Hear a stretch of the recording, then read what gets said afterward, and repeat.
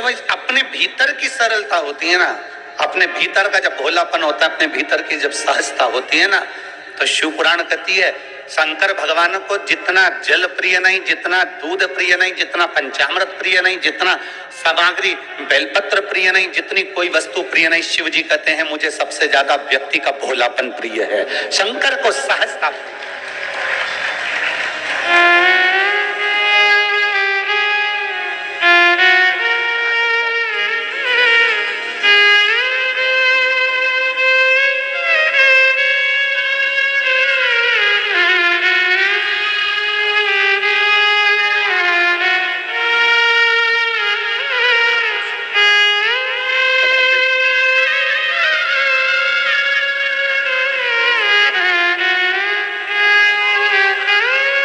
शिव तत्व की प्राप्ति भोलापन जितना होगा आपके भीतर, वो सहजता का भाव शिव के करीब लेकर जाए। जितने भोले होगे आप उतने शंकर के पास हो। पर निवेदन एक ही है, भोले भोले के लिए बनो। संसार के लिए भोले बन जाओगे तो लोग तुम्हें पीछे धकाना चालू कर देंगे और एक कोने में ले जाकर छोड़ देंगे। फिर निवेदन करूंगा, फिर निवेदन, भोले भोले के लिए बनो। और भोले बनना है तो भोले व्यक्ति के लिए बनो। जो सहज हो उसके लिए हम सहज हैं, जो सरल है उसके लिए हम सरल, जो आनंदमय है उसके लिए हम आनंदमय हैं।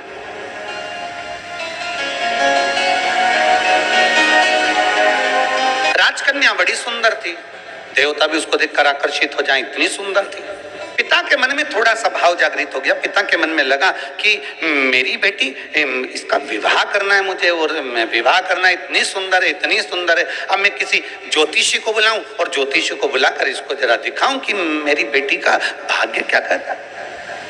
और अगर मैं हर कोई ज्योतिषी को बुलाऊं तो वो श्रेष्ठता नहीं है। इसलिए उस पिता ने अपने राज पुरोहित को बुलाया, अपने राज्य के पुरोहित को बुलाया, अपने कुल गुरु को बुलवाया और राज पुरोहित को बुलाकर कहा कि राज पुरोहित जी, मेरी बेटी का मुझे विवाह करना है, आकर उसका भाग्य देख लीजिए और उसका भाग्य बता दीजिए। और बेटी, राजकन्या का एक नियम सबसे प्रबल था, सबसे प्रबल नियम था राजकन्या का कि वो शंकर के मंदिर के पुष्प को उठाकर उन्हीं पुष्प की माला बनाकर, उन्हीं पुष्प का श्रृंगार बनाकर शंकर को पिना देती थी, शिवलिंग का श्रृंगार कर देती उसी पुष्प से।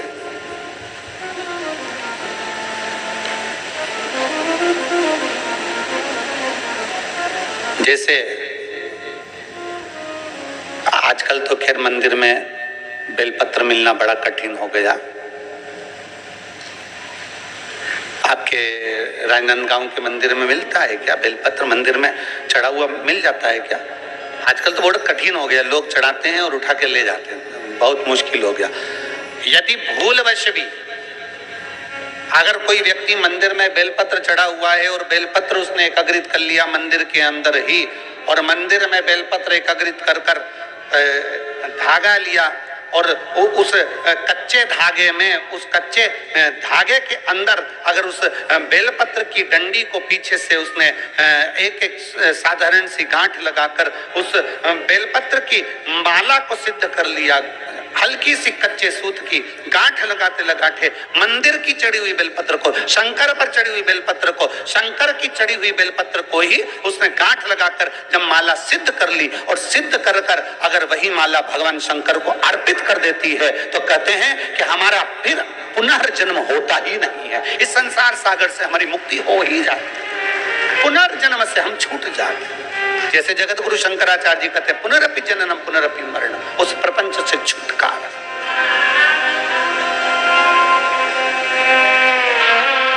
अब कई लोग ऐसे होते हैं कि वो पत्ती में छेद कर देते हैं, नहीं। शिव महापुराण की कथा कहती है चाहे बेलपत्र हो चाहे तुलसी पत्र हो, चाहे बेलपत्र हो चाहे तुलसी पत्र हो, इन दोनों पत्ती के अंदर सुई को नहीं पिरोना चाहिए। बेलपत्र के अंदर भी सुई को नहीं डाला जाता और तुलसी पत्र के अंदर भी सुई को नहीं डाला जाता, दोनों पत्र में। हाँ, कच्चे धागे से आप उसमें डंडी में गांठ लगाकर भगवान शंकर को माला धारण कर सकते हो, पर कौन सी बेलपत्र? फिर से बोलो जरा जम के, कौन सी बेलपत्र? जम के आवाज आना चाहिए। जो शंकर भगवान पर चढ़ी हुई है वही बेल धोया, माला सिद्ध करी और वही माला मेरे देवाधिदेव महादेव को समर्पित कर दी। वही माला नमामि शमीशा निर्वाण रूपम विभुम व्यापकं ब्रह्मवेद स्वरूपम नमामि शमीशा निर्वाण रूपम विभुम व्यापकं ब्रह्मवेद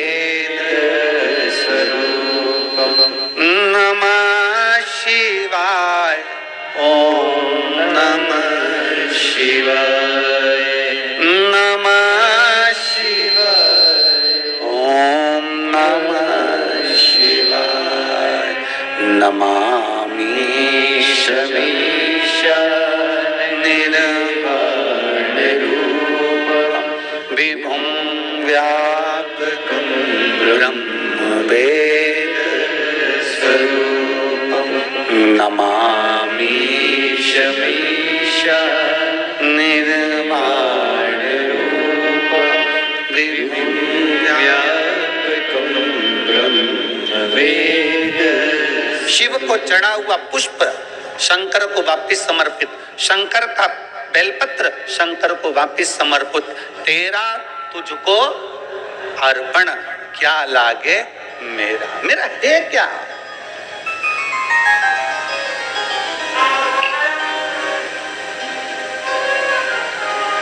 अब एक व्यक्ति पत्र लिखा भिलाई में, उसने एक पत्र में बात लिखी कि गुरुजी आप कहते हो शंकर का चढ़ा फूल चढ़ा दो शंकर जी को, शंकर की चढ़ी बेलपत्र चढ़ा दो शंकर जी को, तो ये तो झूठा हो जाता है, ये तो बेकार हो जाता है।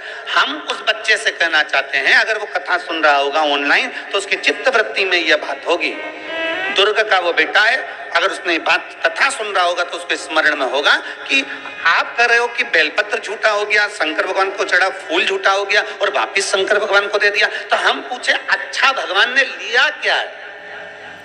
दूध, वो भी गाय के बछड़े का झूठा है। दूध निकालने वाला एक एक वाला एक एक किसान जानता है, पहले बछड़े को छोड़ा जाता है, दूध जब नीचे आता है तब वो निकालता है। बछड़ा अपना मुंह लगा देता है, झूठा दूध निकाला गया है। जल मछली ने झूठा करा, फूल भौरे ने झूठा करा।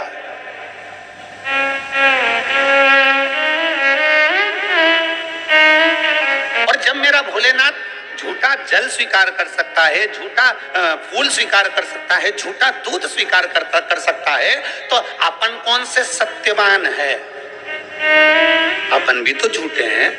तो जरा विचार करो कि वो झूठा पुष्प, झूठा दूध, झूठा जल स्वीकार कर सकता है, तो मेरा शंकर अपन जैसे झूठे को भी स्वीकार कर सकता है। वो सरल है, सहज है, आनंद है।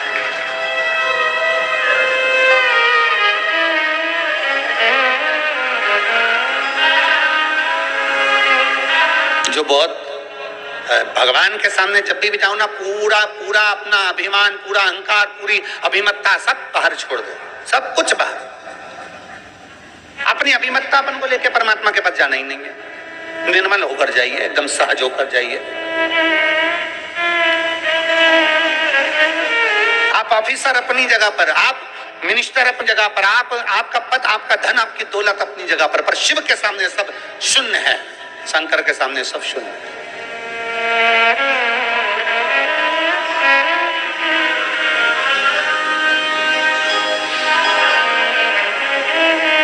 विचार करिएगा। बच्चा कहता है कि सब ये झूठा, हम कहते हैं झूठा नहीं, भगवान उसको स्वीकार करता है। एक शंकर पर चढ़ी हुई बेलपत्र 5, 7, 8, 15, 20 मिल भी गई और उसकी अपने माला तैयार करके शिव को समर्पित भी कर दी, तो ये श्रेष्ठता है उसमें। राजकन्या इतनी सुंदर थी, उसका एक काम था, बाल्यावस्था से 4 वर्ष की जब राजकन्या थी तब उसने अपने कहीं सखी के, कहीं सहेली से सीख लिया था कि मंदिर में पुष्प पड़ा है, उससे श्रृंगार कर दिया, रंगोली बना दी, वही फूल से भगवान की जलाधारी का श्रृंगार कर दिया, वही पुष्प से शिव का श्रृंगार कर दिया। राजकन्या धीरे धीरे धीरे धीरे बड़ी होती चली गई, कन्या बड़ी हो गई, कन्या बड़ी हो गई, मंदिर में जाती, श्रृंगार करती, भगवान का सेवा करती। पिता को चिंता लग गई कि मैं अपनी कन्या का विवाह किससे करूं, इसको किसको समर्पित करा जाए, किसको दिया जाए। और फिर निवेदन है, राजा जनक जैसी चतुरता लाकर रखना अपनी बुद्धि में। बेटी का विवाह करने से पहले राजा जनक जैसी विद्वत्ता लेकर आओ। राजा जनक ने एक संकल्प किया था, मेरी बेटी का विवाह मैं उसी के साथ करूंगा जो धनुष को उठाएगा, चढ़ाएगा, मैं बेटी उसको ब्याह दूंगा। राजा जनक जी ने ऐसा विचार क्यों किया? क्योंकि राजा जनक की बेटी माता जानकी जी जब 4 वर्ष की थी तब राजा जनक जी ने अपने सेवकों से कहा था, धनुष के नीचे का भाग लीप कराओ, पोंछ कराओ, आज मुझे पूजन करने आना है।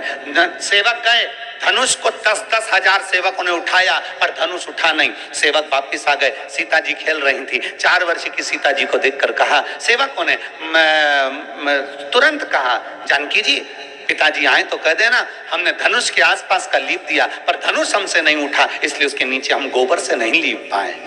आप कह दोगी ना? सीता जी ने कहा, क्या काका तुमसे धनुष नहीं उठा, चलो मैं उठाती हूँ, तुम लीप देना। सीता जी गई, 4 वर्ष की माता जानकी जी ने अपने उल्टे हाथ से धनुष को उठा लिया, सीधे हाथ में गोबर लेकर लीप दिया और धनुष को रख दिया। जनक जी जब पूजन करने के लिए आए, जनक जी जब पूजन करने के लिए आए तो जनक जी ने देखा कि आज धनुष के नीचे का भाग पहली बार लिपा हुआ है, ये किसने लीप दिया? सबने कहा जानकी जी ने लिपा है। जानकी, 4 साल की जानकी, बुलाओ सीता को। जानकी को बुलाया, जानकी बेटा तूने ये धनुष कैसे उठा लिया? उसने कहा पिताजी बिल्कुल सरल था, उल्टे हाथ से सीता जी ने अपने पिताजी के सामने धनुष उठाया, गोबर लिया और लीप के बताकर धनुष को रख दिया। जनक जी ने विचार कर लिया, मेरी बेटी अगर उल्टे हाथ से धनुष उठा सकती है तो इसका पति वो होगा जो धनुष को उठाएगा, चढ़ाएगा, तोड़ देगा, मैं बेटी उसके साथ ब्याह दूंगा। अर्थात जनक जी जैसी विद्वत्ता लेकर आना है। अपनी बेटी विद्वान है तो उससे दुगना विद्वान उसका वर होना चाहिए, अपनी बेटी ज्ञानवान है तो उससे दुगना ज्ञानवान उसका वर होना चाहिए, अपनी बेटी चतुर है तो उससे चतुर उसका वर होना चाहिए, अपनी बेटी सुंदर है तो उससे सुंदर उसका वर होना चाहिए, अपनी बेटी बुद्धि विवेक में प्रबल है तो बुद्धि विवेक में प्रबल उसका वर होना चाहिए। हम क्या देख लेते हैं, एक पेट्रोल पंप देख लो, एक गाड़ी देख लो, एक बंगला देख लो, जांच कराने जाओ, डॉक्टर बोले जांच कराओ, जितनी रिपोर्ट होना आना चाहती आए, पर उससे पहले अगर 3 जगह पर इत्र समर्पित कर दिया जाए, इत्र हो या सुगंधित कोई पुष्प हो, इत्र या सुगंधित पुष्प, तो से निवारण होता जाता है। 3 स्थान समझेंगे, ये शिवलिंग, जलाधारी, अशोक सुंदरी का स्थान मध्य में, इधर गणेश का स्थान, इधर षडानंद कार्तिकेय का स्थान। 3 स्थान है जहां पर बन सके। अगर आपको लगता है कि मैं जांच कराने के लिए डॉक्टर के पास जा रही हूं और डॉक्टर ने बोला है कि कोई बड़ी बीमारी तुमको लगती है तो उस जांच कराने जाओ, डॉक्टर बोले जांच कराओ, जितनी रिपोर्ट होना आना चाहती आए, पर उससे पहले अगर 3 जगह पर इत्र समर्पित कर दिया जाए, इत्र हो या सुगंधित कोई पुष्प हो, इत्र या सुगंधित पुष्प, 3 स्थान पर अगर इत्र समर्पित किया जाए तो वो स्थान और इत्र समर्पित कर कर आप जाओ, फिर जांच कराओ, मना नहीं, पर वो 3 स्थान बताएगा। पहला स्थान अशोक सुंदरी और भगवान शंकर का जो शिवलिंग रखा है उसके बीच में, जो अशोक सुंदरी और शंकर भगवान के शिवलिंग के बीच में एक जगह खाली पड़ी रहती है। अशोक सुंदरी का स्थान पूर्ण होगा, शिवलिंग होगा, उसके बीच में एक स्थान खाली होता है। उस स्थान पर अगर जिस समय पर भगवान शंकर के जिस अशोक सुंदरी और शिवलिंग के बीच में जो स्थान है वहां पर अगर इत्र लगाया जाए, दूसरे नंबर पर शिवलिंग के ऊपर से लेकर नीचे के मध्य भाग में, जहां मध्य भाग है ये शिवलिंग, ये नीचे का भाग, और मध्य भाग में अगर इत्र लगाया जाए, और तीसरा भगवान शंकर का जो जल नीचे की ओर गिरता है, जहां जो पट्टी रहती है पानी नीचे आने की, उस पट्टी पर अगर इत्र लगाया जाए, ये 3 स्थान इत्र लगाने के होते हैं। अगर वहां लगाया जाए तो कैसा भी रोग हो आपकी जांच अच्छी ही आएगी, बेकार नहीं आ सकती। आप कितने ही करा ले उसको। एक शंकर भगवान के शिवलिंग का 3 जगह पर इत्र या 3 जगह पर सुगंधित पुष्प लगाया जाए।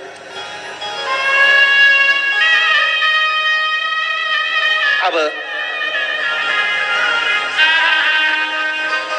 जब आप लोग अभिषेक करने बैठते हैं या पूजन करने बैठते हैं या शंकर जी के मंदिर जाते होंगे, कौन कौन जाता है शिवालय? सभी लोग जाते हो? बोलो हर हर महादेव। शिवालय जाते हो तो शिवालय में जाकर जब आप इत्र चढ़ाते हो भगवान पर, यहाँ इत्र लगाया आपने, फिर यहाँ पर भी लगा देते हो, यहाँ पर भी लगा देते हो, यहाँ पर भी लगा देते हो, सब दूर इत्र लगा देते हो। जो समझदार होता है ना वो सभी दूर इत्र लगा देता है। और कई कई ऐसे रहते हैं जरा सा इत्र लिया और रुई में लेके एक जगह पर रख दिया, फूल में लेके एक जगह पर रख दिया, और पूर्ण जगह पर इत्र लगा दो, बाबा के पूर्ण स्वरूप पर इत्र लगा दो। आपको नहीं मालूम अनायास, आपको नहीं मालूम कि 3 जगह कौन सी है, तो आप पूर्ण स्वरूप पर इत्र लगा दीजिए, पूर्ण स्वरूप पर। वेद मंत्र में त्र्यंबकेश्वर का बाबा का मंत्र,